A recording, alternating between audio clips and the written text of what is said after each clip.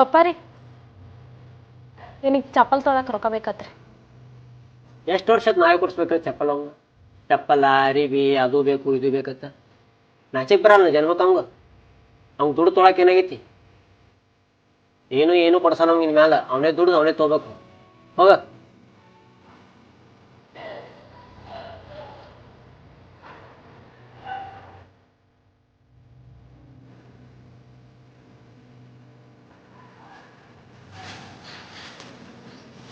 ಹಂಗ್ಯಾಕೆ ಮಾರಿ ಮಾಡಿ ತಗೋ.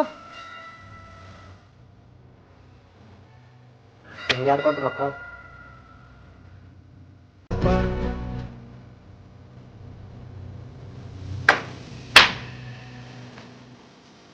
ಪಾಪ ನನ್ನ ಮಗನೂ ಕೆಲಸ ಹುಡ್ಕತ್ತಾನ. ಆದ್ರೂ ಸಿಟ್ಟಿನ ಸುಮ್ಮನೆ ಬೈಬಿಟ್ಟು ಕೆಲಸ ಸಿಕ್ಕಿ ನಮ್ಮ ಪಾಪ ಅವ್ರು ಏನು ಮಾಡ್ಬೇಕು?